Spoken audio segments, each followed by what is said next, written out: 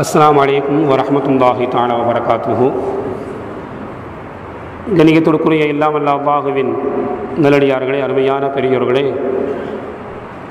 அல்லாஹுடைய மாபெரும் கிருபையால் நாம் எல்லாம் புனித ரமதான் மாதத்தை அடைந்து அந்த மாதத்தில் 22 நோன்பலைகள் நோற்றி முடித்துவிட்டு 23வது தராவீஹ் தொழுகையை தொழுதுவிட்டு அல்லாஹுடைய ஆலயத்தில் நாம் எல்லாம் கூடியிருக்கிறோம். இது அல்லாஹ் நம் மீது செய்த ஒரு மாபெரும் கிருபையாகும். அல்லாஹு தஆலா இன்னும் பல ரமதானை அடையும் வாய்ப்பை தந்து நபிகள் பெருமானார் ரசூலுல்லாஹி ஸல்லல்லாஹு அலைஹி வஸல்லம் அவர்களால் காட்டித்தரப்பட்ட ரமதான் மாதத்தின் விசேஷ தொழுகையாகிய தராவீஹ் தொழுகையை பல ரமதானின் தொழுகை வாய்ப்பையும் அல்லாஹ் நமக்கு வழங்கி இந்த தொழுகையை யாரெல்லாம் தொழுது வந்தார்களோ அவர்களுக்கு அல்லாஹு தஆலா இம்மையிலும் மறுமையிலும் வெற்றியை கொடுப்பானாக. அவருடைய வாழ்க்கையில் ஏற்பட்ட எல்லா பாவத்தையும் அல்லாஹ் மன்னிப்பானாக. நீண்ட ஆயுளை அல்லாஹ் கொடுப்பானாக. எல்லா விதமான பராமரிசத்திலிருந்து அல்லாஹு தஆலா பாதுகாப்பானாக. உடல் நலத்தையும் உடல் வளர்ச்சியும் அல்லாஹு தஆலா வழங்குவானாக. நாம் கேட்கிற துவாக்களை எல்லாம் அல்லாஹ் அங்கீகரித்துக் கொள்வானாக என்று துவா செய்தவனாக இந்த உரையை ஆரம்பம் செய்கின்றேன். அன்பான பெரியவர்களே, ஜும்மா பயானில் ரமதான் மாதம் என்பது சதகாவுடைய மாதம், ஈகையின் மாதம். இந்த மாதத்தில் ஏழை எளிய மக்கள் மீது அதிகம் நாம் இரக்கம் காட்ட வேண்டும், அவர்களுக்கு உதவி செய்ய வேண்டும், அவர்களை தேடி சென்று நாம் உதவி வழங்க வேண்டும் போன்ற விஷயங்களை எல்லாம் அல்லாஹ்வுடைய ஆயத்தின் மூலம் நபிகள் பெருமானார் ரசூலுல்லாஹி ஸல்லல்லாஹு அலைஹி வஸல்லம் ஹதீஸின் மூலமும் வரலாற்றின் மூலமும் நாம் அறிந்தோம். அல்லாஹு தஆலா அதிகமான இடங்களில் நீங்கள் பிறருக்கு உபகாரம் செய்யுங்கள், உதவி செய்யுங்கள், அல்லாஹ் இந்த செல்வத்திலிருந்து சிலதை செலவிடுங்கள், நீங்கள் நன்மையை நாடி ஏழை மக்களுக்கு நீங்கள் வாரி வழங்கினால் மறுமையில் அல்லாஹு தஆலா அதுக்கு பகரமாக சுருக்கத்தை வழங்குகிறான் என்று அல்லாஹ் சொல்வதை பார்க்கிறோம்.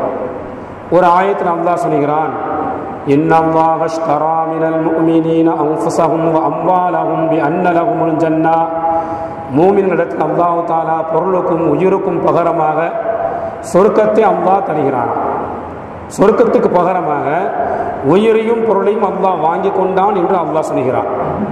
நம்முடைய பொருளாதாரத்தையும் உயிரையும் அல்லாஹ்வுடைய பாதையில் நாம் செலவழிக்கின்ற பொழுது அல்லாஹ் அதுக்கு தரக்கூடிய மிகப்பெரிய பரிசு தான் மறுமையில் கிடைக்கிற சொர்க்கம். சொர்க்கத்தின் வாழ்க்கை சாதாரண வாழ்க்கை அல்ல. சொர்க்கத்தின் இன்பம் சாதாரண இன்பம் அல்ல. அந்த சொர்க்கத்தின் இன்பத்தை பெறுவதற்காக தான் உலகத்தில் வாழ்ந்த சத்திய சஹாபாக்கள், அவர்களுக்கு பிறகு வந்த தாபீன்கள், தபா தாபீன்கள், நல்லவர்கள் எல்லாம் அல்லாஹ்விடத்தில் துஆ செய்திருக்கிறார்கள். யா அல்லாஹ், மறுமையில் எங்களுக்கு சொர்க்கத்தை தருவாயாக. எந்த ஒரு அமலை செய்தாலும் சரி, இந்த நன்மையை கொண்டு மறுமையில் சொர்க்கத்தை தாயா அல்லாஹ், இந்த அமலை கொண்டு உலகத்தில் லாபத்தை நாங்கள் எதிர்பார்க்கவில்லை என்றுதான் ஒரு காலத்தில் வாழ்ந்த நல்லவர்கள் எல்லாம் அல்லாஹ்விடத்தில் பிரார்த்தனை செய்திருக்கிறார்கள் என்பதை நம்மால் பார்க்க முடிகிறது. எனவே நம்முடைய பொருளாதாரத்தை அல்லாஹ்வுடைய பாதையில் செலவு செய்கின்ற பொழுது அல்லாஹ் தஆலா அதற்கு பகரமாக மிகப்பெரிய கூலியாகிய சொர்க்கத்தை தருவதாக அல்லாஹ் வாக்களித்திருக்கிறான் என்றால், தர்மம் என்பது சாதாரண விஷயம் அல்ல.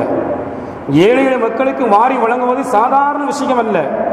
எனவே பிற மக்கள் மீது இரக்கம் காட்ட வேண்டும், ஏழை மக்களுக்கு உதவி செய்ய வேண்டும். அப்படி உதவி செய்கின்ற பொழுது அல்லாஹ் தஆலா தரக்கூடிய பரிசு தான் சுவர்க்கம்.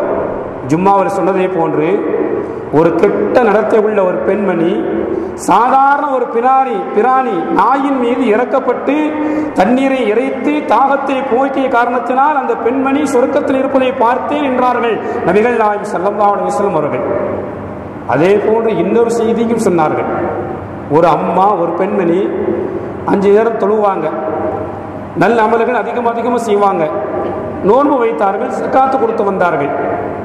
ஆனால் தான் வளர்த்த பூனையை கெட்டி போட்டு அதற்கு உணவு கொடுக்கவில்லை, அந்த பூனையின் மீது இரக்கம் காட்டவில்லை.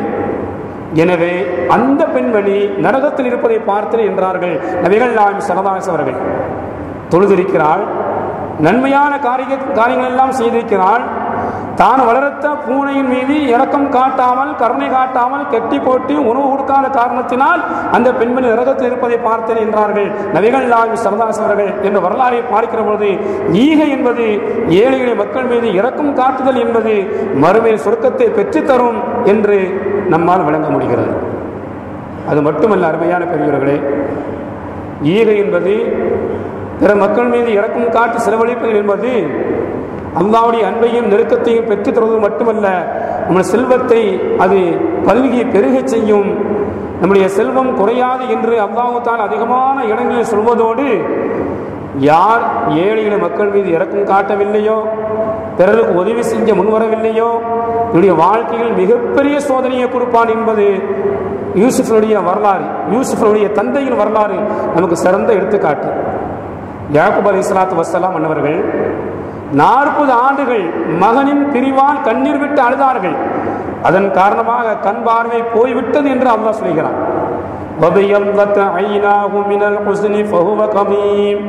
கவலையின் காரணமாக யாக்கூப் அலைஹிஸ்ஸலாம் அவர்கள் அழுது கண் பார்வை போய்விட்டது என்று அல்லாஹ் சொல்லி காட்டுகிறான். அவர்கள் ஏன் அழுதார்கள்? பெருமக்கள் இதற்கு பல விளக்கங்களை தருகிறார்கள். நம்முடைய மகன் தவறானவர்களின் கையில் பிடிபட்டு ஈமான் பறிபோய்விடக் கூடாது என்ற கவலையில் அழுதார்கள் என்று பெருமக்கள் சொல்வார்கள். ஆனால் தன்னுடைய மகன் தன்னை விட்டு பிரிய காரணமாக இருந்தது எது? தன்னுடைய மகன் தன்னை விட்டு பிரிய காரணமாக இருந்தது எது என்றால், பெருமக்கள் ஒரு அழகான ஒரு சம்பவத்தை சொல்கிறார்கள். யாக்கூப் அலைஹிஸ்ஸலாத்து வஸ்ஸலாம் அன்னவர்கள் ஒரு ஆட்டை அறுத்து சமைத்து குடும்பத்தோடு சாப்பிட்டு கொண்டு இருக்கும் பொழுது ஒரு சிறுவர் வந்து யாசகம் கேட்டார், எனக்கு பசியா இருக்கு, உதவி செய்யுங்க என்று. அவர் கேட்டது என்னுடைய காதில் விழாத அளவுக்கு அசட்டையாக இருந்து விட்டார்கள். பொதுவாகவே குடும்பத்தோடு சந்தோஷமாக உணவு அருந்துகின்ற பொழுது யாராவது வந்தால் கூட தெரியாது. எனவே ஒரு ஆட்டை அறுத்து சமைத்து குடும்பத்தோடு சாப்பிட்டு கொண்டு இருக்கும் பொழுது ஒரு சிறுவர் வந்து யாசகம் கேட்டார். அந்த யாசகம் கேட்டதை பொருட்படுத்தாமல் அசட்டையாக இருந்த காரணத்தினால் அல்லாஹ் தஆலா மகனை அவரை விட்டும் பிரித்தான் என்று பெருமக்கள் சொல்வார்கள்.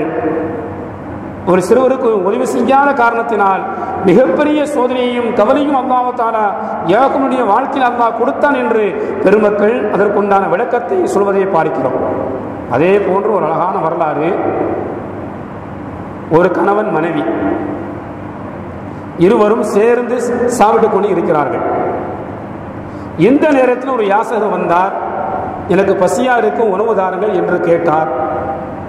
மனைவி இறக்கமுள்ள ஒரு பெண்மணி இந்த வார்த்தையை கேட்டவுடன் உணவை எடுத்துக்கொண்டு போக கணவன் அதட்டி உட்காரு என்று சொல்லி என் அனுமதி இல்லாமல் எந்த பொருளும் வீட்டை விட்டு வெளியே போகக்கூடாது என்று மிரட்டி விட்டார். அதுதான் உண்மையும் கூட. கணவனுடைய அனுமதி இல்லாமல் மனைவி எந்த ஒரு பொருளையும் யாருக்கும் கொடுக்கக்கூடாது. அல்லது கணவன் ஊரில் இல்லை என்றால் அனுமதியை வாங்கி வைத்துக் கொள்ள வேண்டும். யாராவது வருவாங்க போவாங்க, நான் உதவி செய்யலாமா உணவு கொடுக்கலாமா என்ற அனுமதியை வாங்கி கொள்ள வேண்டும். இது இஸ்லாம் சொல்லக்கூடிய முறை. எனவே யாசகம் கேட்டவர் மீது இறக்கப்பட்டு, எனக்கு பசியா இருக்கு உணவு தாருங்கள் என்று கேட்டவர்கள் மீது இறக்கப்பட்டு உணவை எடுத்துக்கொண்டு சென்ற மனைவியை அதட்டி கணவர் உட்கார வைத்து விட்டார். அந்த அம்மா அப்படி உட்கார்ந்துட்டாங்க. கடைசி என்ன ஆச்சுன்னா, இருவருடைய வாழ்க்கையில் மிகப்பெரிய கஷ்டம் ஏற்பட்டது. அதனால் பிணக்கும் ஏற்பட்டது. மனைவியை பார்த்து கணவர் சொன்னார், நம்முடைய வாழ்க்கையில் இரவு சோதனை ஏற்பட்டு உணவுக்கு கூட வழியில்லாமல் இருவரும் தத்தளிக்கிறோம். என்னால் நீ கஷ்டப்பட வேண்டாம், ஒன்னை நான் தலாக்கி விடுகிறேன், ஒரு ஆண் மகனுக்கு வாக்கப்பட்டு சந்தோஷமாக நீ வாழ் என்று சொல்லி கணவர் தலாக்கி இட்டு விட்டார். அந்த அம்மா இதா இருந்து அதற்கு பிறகு இன்னொரு கணவருக்கு வாக்கப்பட்டு தன்னுடைய வாழ்க்கையில் சந்தோஷமாக இருக்கிறாள். அதே போன்று இரண்டாவது கணவரும் அந்த அம்மாவும் ஒரு நேரத்தில் சேர்ந்து சாப்பிட்டு கொண்டு இருக்கும் பொழுது ஒரு யாசகர் வருகிறார். எனக்கு பசியா இருக்கு உணவு தாருங்கள் என்று கேட்டார்.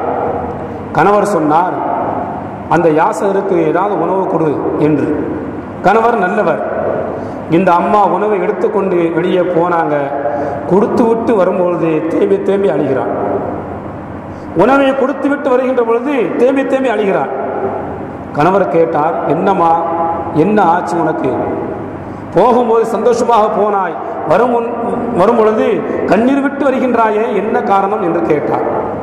அந்த அம்மா சொன்னது, என் அன்பு கணவரே, வந்து யாசகம் கேட்டவர் என்னுடைய மூத்த கணவர், வந்து யாசகம் கேட்டவர் என் மூத்த கணவர், அவரும் நானும் வாழ்க்கையில் சந்தோஷமாக வாழ்ந்தோம், எங்களுக்கு மத்தியில் எந்த பிரச்சனையும் இல்லாமல் இருந்தது. ஏதோ ஒரு காரணத்தினால் எங்களுடைய வாழ்க்கையில் மிகப்பெரிய கஷ்டத்தை அல்லாஹ் தஆலா தந்த காரணத்தினால் இருவரும் பிரியக்கூடிய நிலை ஏற்பட்டு விட்டது. உங்களுக்கு அல்லாஹ் தஆலா என்னை மனைவியாக ஆக்கியிருக்கிறான். என்னுடைய மூத்த கணவர் தான் வந்து யாசகம் கேட்டார், அவருக்கு அந்நிலையா என்று நினைத்து கவலை வந்தது, கண்கள் கண்ணீர் வடித்தது. என் அன்பு கணவரே என்று மனைவி சொன்னவுடன் இரண்டாம் கணவர் சொன்னார், அப்படியா, உடைய மூத்த கணவரோடு நீ உணவு அறிந்து கொண்டு இருக்கும் பொழுது எனக்கு பசியா இருக்கு, உணவு தாருங்கள் என்று கேட்டவர் யார் தெரியுமா? நான் தாமா, அந்த ஆள் நான் தான், வேறு யாரும் கிடையாது என்று இரண்டாம் கணவர் சொன்னாராம். இதை ஏன் சொல்ல வரேன்? யாசகம் கேட்டவருக்கு பசியா இருக்கும், உதவி செய்யுங்கள், உணவு தாருங்கள் என்று கேட்டவருக்கு கொடுக்காத காரணத்தினால் வாழ்க்கையில் மிகப்பெரிய கஷ்டத்தை அல்லாஹ் கொடுத்தான். இதைத்தான் நபிகள் பெருமானார் ரசூலுல்லாஹி சொல்வார்கள், அஸ்மா ரலியல்லாஹு தஆலா அன்ஹா அவர்களை பார்த்து, அஸ்மா நீ இறுக்கி பிடிக்காத, அல்லாஹ் உன் செல்வத்தில் இறுக்கி விடுவான் என்பார்கள். நீ பிறருக்கு உதவி செய்யி, கஞ்சத்தனம் செய்யாதே, உன் விஷயத்தில் அல்லாஹ் தஆலா கஞ்சத்தனம் செய்து விடுவான் என்று நபிகள் பெருமானார் ரசூலுல்லாஹி ஸல்லல்லாஹு அலைஹி வஸல்லம் சொல்லக்கூடிய ஹதீஸை பார்க்கிறோம். எனவே ரமதான் மாதம் என்பது சதகாவுடைய மாதம். நாம் அதிகம் ஏழை மக்களுக்கு சதகா செய்ய வேண்டும், தர்மங்கள் வழங்க வேண்டும். குறிப்பாக சதகத்துல் ஃபித்ர், இதை நாம் கொடுத்து பெருநாள் தினத்தன்று நாம் சந்தோஷமாக வாழ்வதை போல ஏழைகளும் சந்தோஷமாக வாழ வேண்டும் என்ற எண்ணத்தில் நாம் சதகத்துல் ஃபித்ரை வழங்க வேண்டும். அந்த சதகத்துல் ஃபித்ர் என்பதை ஷாஃபியாக்களுக்கு 2,400 2.5 கிலோ தானியமாகத்தான் கொடுக்க வேண்டும். ஹனஃபியாக்கள் தானியமாக கொடுக்கலாம், அல்லது அதற்குண்டான காசு ஒரு நபருக்கு 50 ரூபாய், ஒரு வீட்டில் 6 பேர் இருந்தால் 300 ரூபாய் கொடுக்க வேண்டும். அன்றைக்கு பிறந்த குழந்தை உள்பட சதகத்துல் ஃபித்ரை ஏழை மக்களுக்கு கொடுத்து உதவி செய்ய வேண்டும். அல்லாஹ் தஆலா தான தர்மங்கள் செய்யக்கூடிய மக்களாக உங்களையும் என்னையும் எல்லா மக்களையும் ஆக்கி அருள் புரிவானாக. அல்லாஹ் தஆலா மறுமையை விட்டும் அல்லாஹ் பாதுகாப்பானாக, கஷ்டத்தை விட்டும் அல்லாஹ் பாதுகாப்பானாக. பிறரிடத்தில் கையேந்தாமல் இருக்க அல்லாஹ் கிருபை செய்வானாக. தாழ்ந்த கரத்தை விட உயர்ந்த கரமாக அல்லாஹ் நம்முடைய கரங்களை அல்லாஹ் ஆக்கி வைப்பானாக. வாரி வாரி வழங்கும் வள்ளலாக அல்லாஹ் நம்மை ஆக்கி அருள் புரிவானாக. மறுமையில் சுருக்கத்தை தருவானாக. வாஹிர் தஅவானா அல்ஹம்துலில்லாஹி ரப்பில் ஆலமீன். அஸ்ஸலாமு அலைக்கும் வரஹ்மத்துல்லாஹி தஆலா வ பரகாத்துஹு.